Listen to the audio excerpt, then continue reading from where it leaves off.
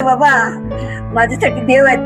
म्हणजे मॅडम मी यांना माझ्यात आई आई बघते करत होतं होतं नाही. काय प्रॉब्लेम झाला? मला ऍथलेटिक्सचा प्रॉब्लेम आहे. की आम्ही नाही आलो की मग ते लोक अपसेट असतात किंवा ते लोक कधी जेवत नाही किंवा मग थोडीशी हा, चिडचिड हा, होते. ते विषय सो त्याच्यामुळे मेरो घरी किती जण आहेत?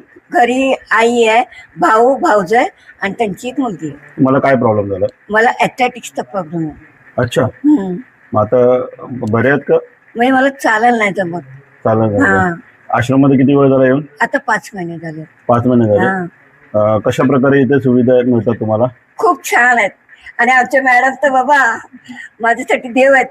म्हणजे मॅडम पूर्णपणे आपल्या घरासारखं खूप लक्ष देतात. खूप खूप म्हणजे आमचं सगळं करतात सुद्धा एक वेळ पडली तर.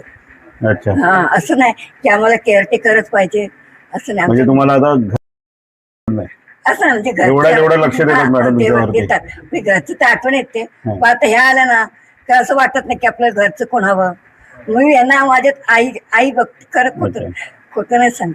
हा मॅडम, एक प्रश्न असा होता माझ्याकडे की आता एवढे जण आहेत सर, समजा तुम्ही एखाद्या वेळी आलात नाही किंवा 2-3 दिवस आला नाही, मग कशा प्रकारे माहोल असतो इथे?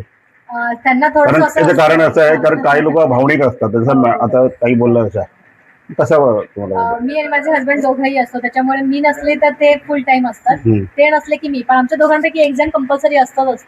असं आता जेव्हापासून ओल्ड एज होम चालू केलं तेव्हापासून माझं असं आतापर्यंत 4 वर्षामध्ये एकदाही असं नाही झालं माझी पूर्ण फॅमिली ही आम्ही बाहेर गेलोय म्हणजे आमच्या दोघांपैकी एक जणाला कंपल्सरी व्हावं लागतं. का? कारण ह्या लोकांना अटॅचमेंट आहे, ते फॅमिली फील फॅक्टर आहे. त्याच्यामुळे काय होतं की आम्ही नाही आलो की मग ते लोक अपसेट असतात किंवा ते लोक कधी जेवत नाही किंवा मग थोडीशी हा, चिडचिड हा, होते. ते विषय आहे. सो त्याच्यामुळे आमच्या दोघांपैकी एक जण कंपल्सरी असतं.